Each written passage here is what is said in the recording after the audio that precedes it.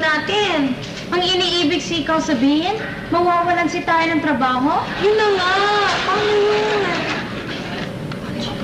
Budget. Anong budget? Yung budget. Budget sa English. Why? Magandang araw mga kaibigan.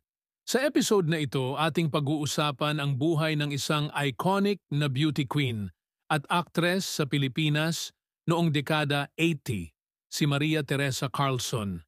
Kilala sa kanyang angking kagandahan at pagiging isa sa mga pinakapaboritong personalidad sa showbiz, si Maria Teresa ay nagkaroon ng isang karera na kinapapalooban ng tagumpay, ngunit natapos sa isang trahedya. Halina't balikan natin ang kanyang makulay at masalimuot na buhay. Si Maria Teresa Carlson ay ipinanganak noong Oktubre 15, 1963 sa Manila mula sa isang pamilya na may lahing Pilipino-Norwegian.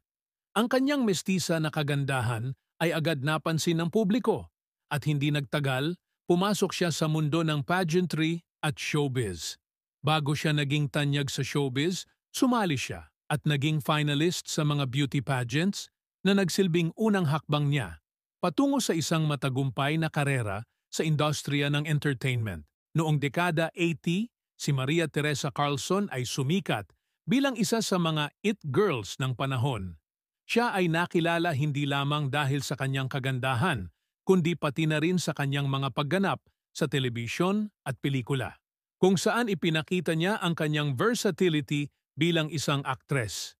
Isa sa kanyang mga unang tagumpay sa showbiz ay ang pagiging bahagi ng sitcom na Chicks to Chicks, kung saan gumanap siya bilang isang sosyalera at kikay na karakter na pinangalanang Ingrid. Ang palabas ay naging popular noong dekada 80 at ang kanyang papel dito ay naging paborito ng maraming manonood. Bukod sa kanyang trabaho sa telebisyon, lumabas din siya sa mga pelikula kung saan ipinakita niya ang kanyang husay sa pagganap. Ang kanyang tagumpay sa industriya ng showbiz ay nagpapatunay na hindi lamang siya maganda, kundi mayroon ding talento na mahalaga sa mundo ng entertainment.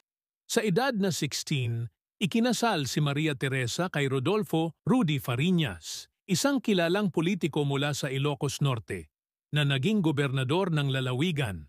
Ang kanilang relasyon ay nagbunga ng maraming anak, ngunit naging kontrobersyal din dahil sa mga issue ng domestic violence na kalaunan ay kanyang isinapubliko. Noong dekada 90, lumabas si Maria Teresa sa programang Mel and Jay, kung saan inamin niya na siya ay nakararanas ng domestic violence sa kamay ng kanyang asawa.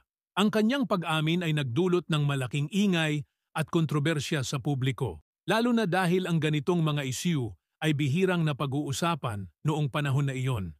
Ang mga isyung ito ay naglagay sa kanya sa isang mahirap na posisyon na nakaapekto sa kanyang kalusugan at kaisipan.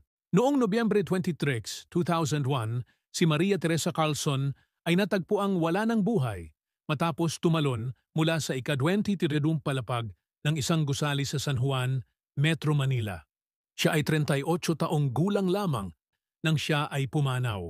Ang insidente ay nagdulot ng matinding kalungkutan sa kanyang pamilya, mga kaibigan at tagahanga.